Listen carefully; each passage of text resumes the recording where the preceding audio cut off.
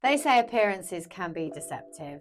Everybody sees the success, the polish, and the poise, but they rarely see beyond the surface. This is a space where we will discuss the realities of being human, from the heights of my professional success to the depths of my own personal trauma. I'm joined each week by my mate Stu Bailey. Hello. Say hi, Stu. Hi, Stu. As we chew the fat and break down some difficult topics around heartbreak, trauma, and life. I'm Frances Hallworth, and this is Being Imperfectly Frances. Welcome to this week's episode of Imperfectly Frances. Hey. So, last episode we got a little bit, we delved into a bit of your childhood and how traumatic it was.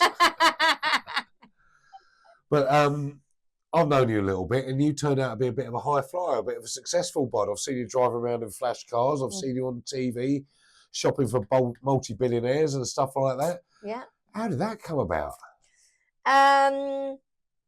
Well, I mean, I've always been really driven. And I was fortunate enough to be adopted by two teachers, which meant that they always wanted the best for me. So, I was always being like, my spelling was, I love to spell. I love language as well. Is one of my big things. Like having a good diction is really important. Understanding what somebody is trying to say to you. Having a better use of the English language than the other people in the room, I think sets you apart as well from other people. Yeah. I may swear at school kids. However, my depth and breadth of the English language is actually quite advanced. It's really advanced, thrown with some few choice swear words at the right time as well. Exceptionally choice. So I was fortunate in that, the parents that I had were always very encouraging in trying to help me to catch up because of the late start that I had. So when I went to college, I was studying to be a nanny. And I was told that I probably shouldn't be a nanny because during my work experience in the nursery nurse, they turned around and said to my course teacher that I swore too much in front of the little children, to which I went, I fucking didn't. And then I went, oh, okay, so maybe I won't work with little kids. Yeah, probably, yeah. But I was training as a nanny for a family, and her husband worked as a money broker for this firm, and they were looking for a trainee broker. So they said, would you like to consider the position? So I told my mum, who was head of maths and head of year and head of English and head of everything. And she was like, but darling, maths isn't your strongest subject because I have number dyslexia. So which basically means I swap numbers around like that all the time. Yeah. And I just and as much as I can be brilliant at maths, I'm also is diabolical. It's shocking. So I was like, yeah, but if you don't try, I'll never know. She's like, but what if you put the decimal place in the wrong place? I was like, it's only sorry, how about a bit of encouragement? Only a bit of rather than pissing in the chips. 100,000. She was like, it's a million difference. I was like, okay, it'd be fine. But a bit of encouragement would have been nice instead of pissing on the chips. Do you know what I mean? So what she said is, well, you'll regret it if you never try. Yeah, true. Yeah. So that was the stance I took. So now I was living in Biggin Hill at the time, and I was working literally in the heart of London, right next door to the Bank of England. So I was getting up at 4:30 in the morning to be picked up at 5:30 to drive into the office for 7 a.m., which is the time my day started. And I would work from 7 a.m. until 5 p.m. Yeah. And then go out for drinks and then probably not get home to 9 o'clock. And that was my day. Yeah. Right, at 18. And I worked on a floor of 300 men with 3 women. I've never been so exposed to acute sexism in my life, and never since. And funnily enough, actually, shortly after I left that job, another female banker from the city actually sued one of her bosses and was a landmark case. And my mum was trying to encourage me to do it, and I just went, I will never work again. I refuse to be that woman. I'm not going to. But then again, you shouldn't have to suffer that, should you? No, I mean, but it was in those it's just days. part and parcel of how those It's like old boys' school, isn't it? Yeah, I mean, it was the kind of culture. There's nothing says job well done like a good firm slap on the arse. Well, exactly. And I got a lot of those, to be fair. I had my very own stalker. Right. What was that like? Oh, yeah, he was great. Weirdly, he would literally... Well, you're on first name terms? Good mates? No, I did. I've got a really good story about this, actually. Okay. I've actually got a really good story about this.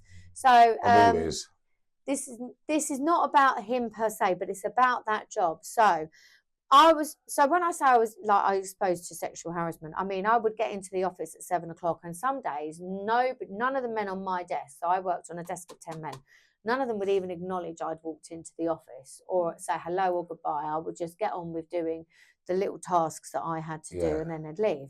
Fast forward to 2019. So I was 18, so this was 1995.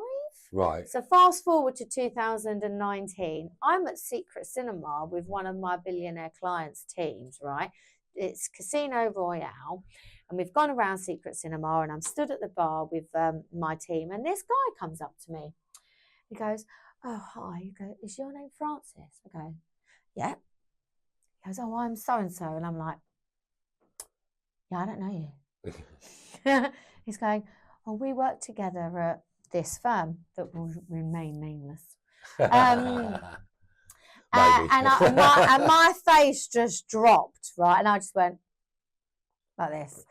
And he took a step back from me and he went, "Not a day goes by when I don't think about how terribly we treated you." And I went, "It's been 20 years. You might want to get over it."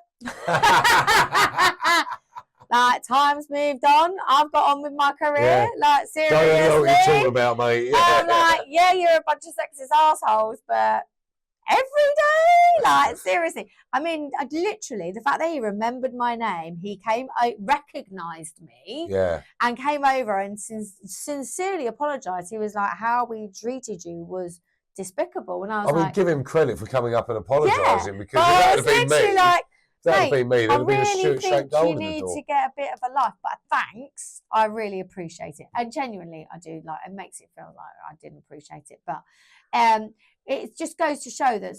So, I think because of the significance of the trauma that I'd suffered in my life before then, a bunch of fucking idiots getting drunk and smoking and being salacious over lunchtime tea was a bit like, yeah, fuck off, guys. I really don't give a shit. Like, really not interested. My boss asking me to suck his dick for a pay rise. Like, yeah, do you know what? So how much did you get? Anyway, so you kind of just move on with your life. So I left that job.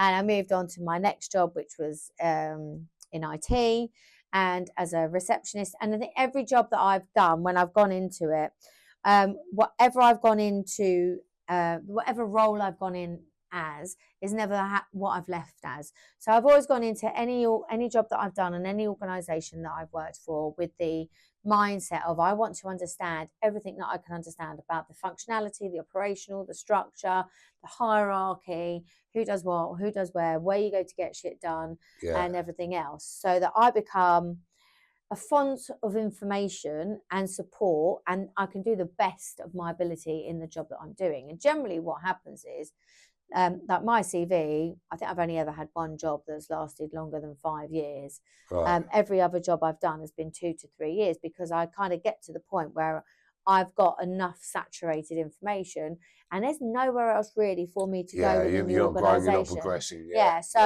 So you know, my career started off as a receptionist, and then I worked up into being a personal assistant, and then an executive assistant, and then a business PA, like working for C-suites. So working for big financial corporations as well. So I mean, it's been predominantly financial services up until my 30s. Like, I've worked for a lot of big banks, a lot of big auditing and accounting companies.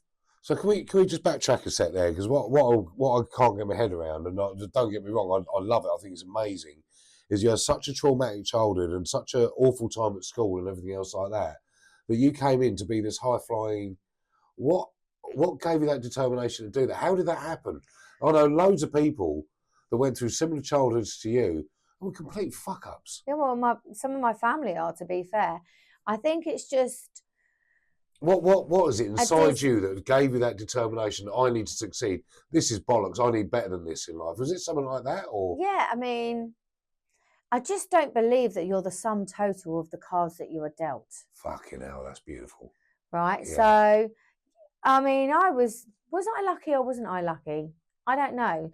Some people say I was lucky, but when we get into, you know, the subsequent trauma that I suffered post adoption and all of the trauma and the reason why I ended up in an abusive marriage and all of the rest of it, like you sit there and you talk to my sister, and my sister would sit there and go, if you'd have, she doesn't feel that I would have suffered as much stress and trauma in my life had I have stayed with my family that I have done, having been taken out of it.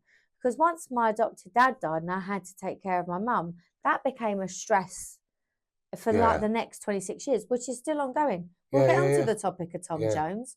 And it's like, come on, seriously? And even when I got to the point where I thought, right, I've left my toxic relationship, I can start to do something for myself. It's like life has constantly tried to drag me back. So my career has been the one thing that I can do for myself that I can excel That nobody else is involved. Yeah. It's just you. And nowhere else in my life have I ever felt that I have succeeded or been validated in the same way as I do in my job, right?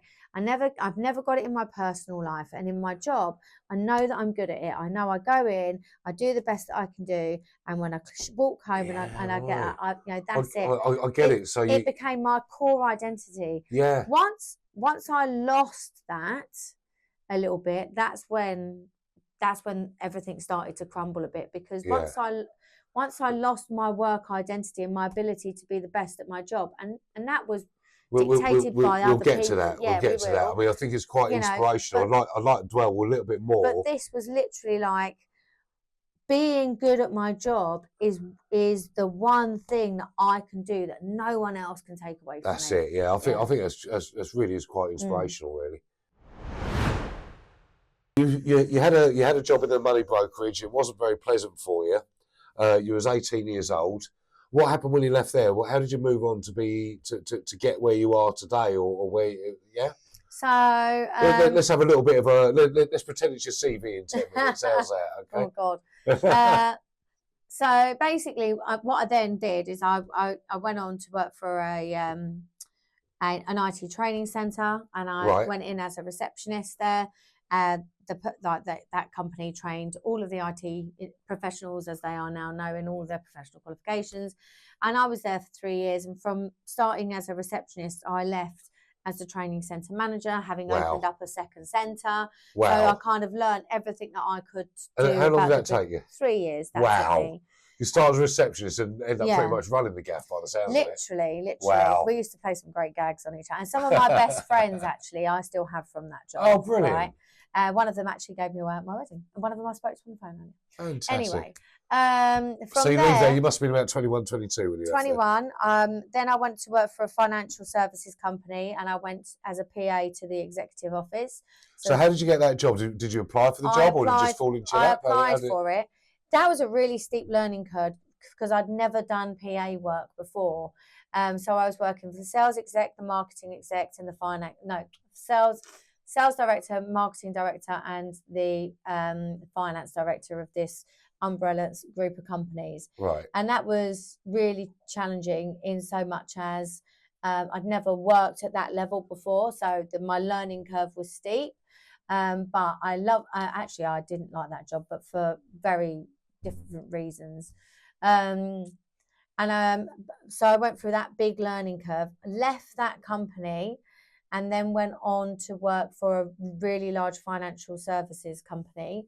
And I worked at partner level there, and I became one of the trainees for the new intakes that we took in from university.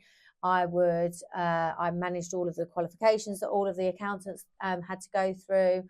I'd write pitch reports, proposals, and things like that. So I developed the role that I did there.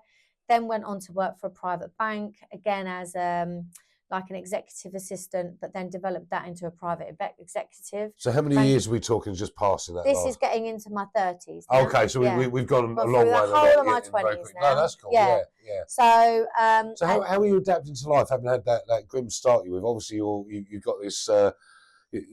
By the sounds of it, a really glowing career. You're obviously earning a few quid. Well, I love to work, right? So, were you a lot happier doing this? Yeah, I've always been very career-minded. Yeah. I mean, I transitioned from financial services into the private sector by ending up working for the CEO of a large financial institution where I was doing private and business stuff. So it became 50-50 split. So I'd never done private stuff really before.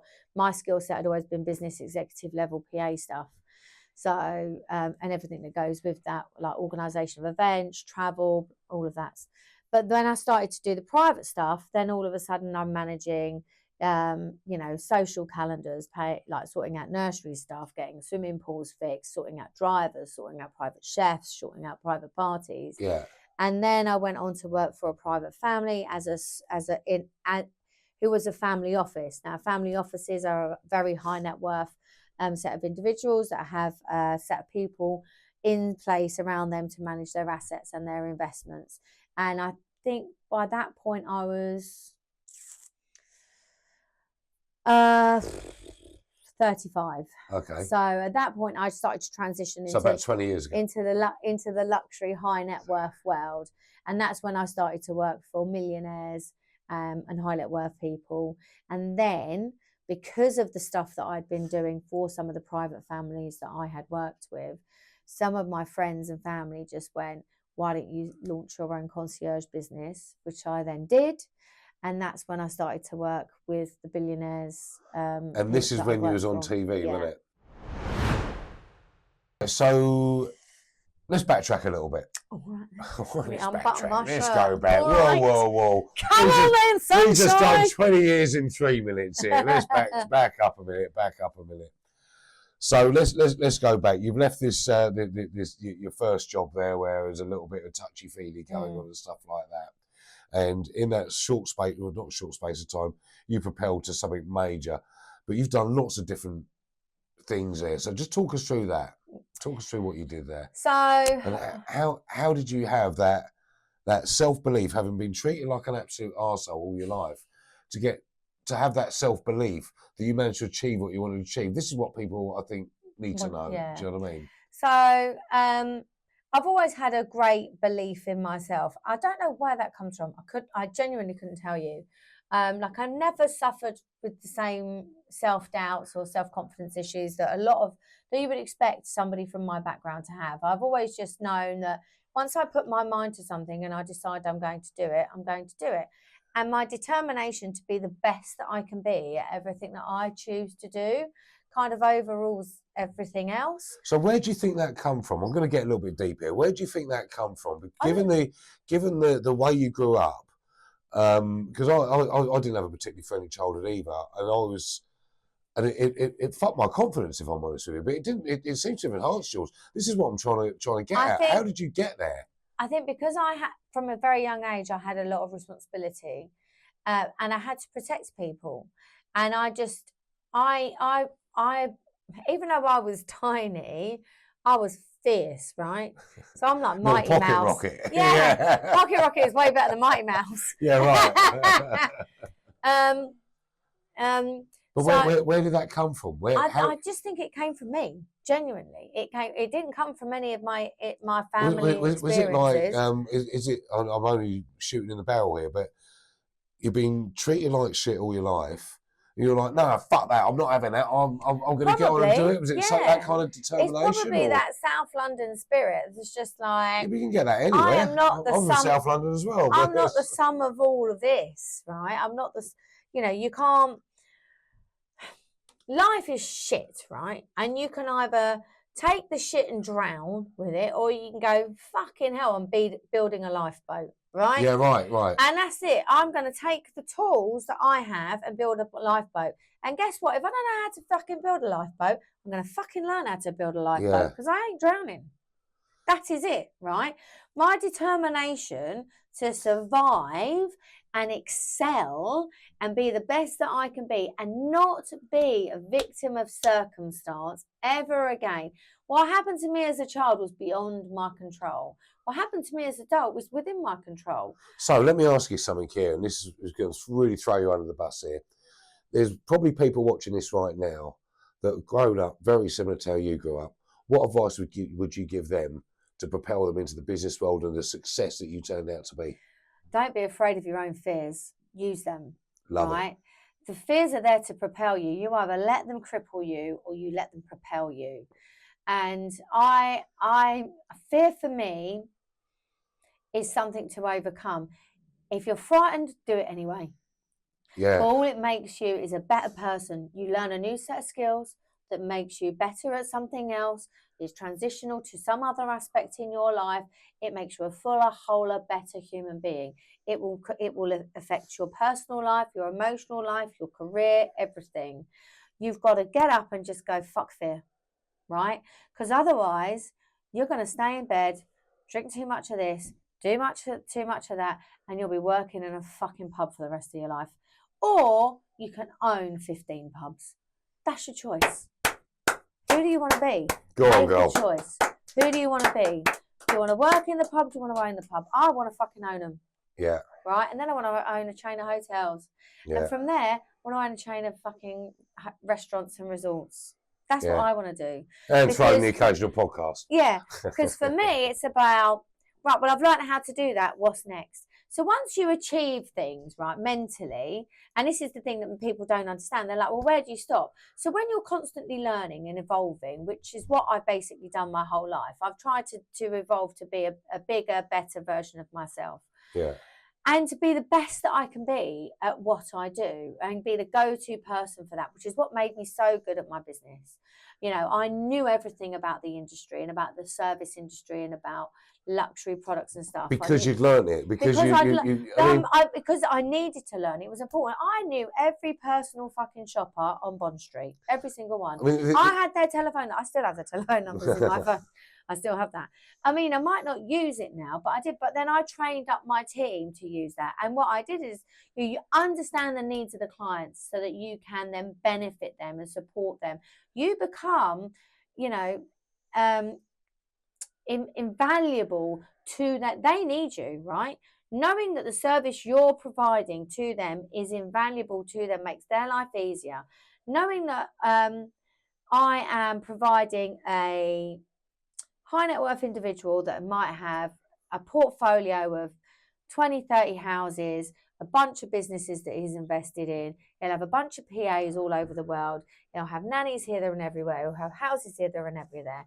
Me as a chief of staff, managing all of that for him, I know that if I'm doing my job well, then he can get on with doing his business stuff. He doesn't have to worry about the noise. I remove that from him. Yeah. That's knowing that I do that for him empowers me. Right. One thing I still can't get my head around, and I will get my head around it because I'm not leaving this podcast until we do, right? You're 6.5 years old, right? You're on your toes, running away from the old Bill, right? With your brothers in tow. You're on your toes. You're running double. You're saying Bolt right? Ain't got nothing on me. And then cut to, well, you're 6.5, so 12 dozen years later on, you're high flying in the city. Now you said that your mum had a big hand in that. Well, not necessarily. It was me. What I'm trying to get out of you is how you had that determination. What advice could other people take from you? What can people get from your story that'll help them? I was lucky, right? I don't think it's all luck. No, I was lucky, but what I did is I said yes. Okay, now we're getting somewhere, right? Yeah. So when I was training to be a nanny, and I didn't want to be a nanny, I didn't want to work with kids. That's what my parents wanted because they were like, "Oh, you're so good with kids." I'm like, "Kids are diseases." So you know, amen to that. Yeah. I'm like, I don't want to work with snot-nosed kids. But I also didn't know what I did want to do because up until that point, you know, I was bright, but I wasn't academically bright, right? So I had it wasn't like I'd been educated from an early age and then it was like go to university. I never went to university. I wouldn't have coped at university at that age. University came later for me because I was still not educated enough to a university level by the time I was of university age. So I would have struggled too much academically. I grew into my academic intelligence by doing the jobs that I did, and then by going on and doing further education and getting my psychology degree. The majority you learned on the job, basically. And also a determination to go, well, actually, I want to understand more about human psychology, so I'm going to go out and do evening classes and get a psychology degree. So that's what I did. And all it's done is it's added to my pot. But to answer your question, what got me into the city was me going, well, I've got nothing to lose here. Somebody's offering me a job, and I might have number dyslexia, and I might talk like a little chap from South London. But guess what? I'm not. No, you don't talk like a little chap from South London. Actually, I don't until I'm around this reprobate. But I had nothing to lose, right? And it's like... So it's shit or bust, basically. Somebody puts an opportunity in your hand, right? A lot of people would have said no out of fear. Yeah. Because they would have gone, I can't do that. I don't have the clothes. I don't have the shoes. How am I going to get to work? How am I going to do this? These are all opportunities to overcome. They are not problems, right? Challenges. They're challenges, right? Yeah. You'd get it done. And where is your determination, right? And my determination to succeed excelled my fear to fail. Don't live your life in fear. It's just, there's so much to be gained from just embracing change, embracing challenge, embracing growth. But when you embrace fear, you keep yourself small, and the world that you live in becomes this. And then everything that impacts you feels a million times worse than when you sit there and you go, my world is so much bigger than that if I can just be brave enough to step outside the lines. So, I'm gonna try this, right? If you had grown up with a privileged lifestyle, gone to posh schools... I'd think how much more successful I would be. Do you really? Or do you think? My God, yeah. No, 100%. I think my mindset's always been ambitious, right? Determined. What I was trying to get at is, I think that we're not going to talk about my past at all. Right, but I had a very shady past, right? I think that if that hadn't have happened to me, I wouldn't have been where I am today. Yeah, of course. And I was just wondering if it was the same for you. Yeah. That's well, I do think that, yes. I mean, but equally, I think who we are as individuals, regardless of our past, defines the path that we choose to take. Right? Interesting. And it's choice. Yeah. Because if you look at my brother and the path that he chose to take, well, he's been homeless. He doesn't have a job. He's been a junkie. He's lost children, right? Yeah. So... nature, nurture. It's a whole conversation thing. And we had very similar experiences. So why did he choose to live a much smaller life, smaller, insular life, and a life where he feels that everything was done to him, that he takes no accountability or responsibility for anything? I had a row with him about his daughter a couple of years ago because he turned around and accused me of stealing her from him. And I was like, I was getting married and I got custody of your daughter, not at my request, 3 months before my wedding. Yeah. I've given up having children. I've raised your daughter for the last 16 years. You couldn't even prioritise putting fucking money aside to get on the train to come and visit her. Yeah, I drove every weekend whilst having a family, nursing a dying mother-in-law, looking after our mother. I'd drive an hour and a half every weekend so you could see your daughter. Yeah. You fucking taking the piss. It's about choice. It is about choose choice, who you want to be. You can't change what your life experience is. I can't change how I was raised, the poverty that I was raised into, the abuse that I suffered, the fact that I was put in a children's home, forgotten about. I can't change any of that.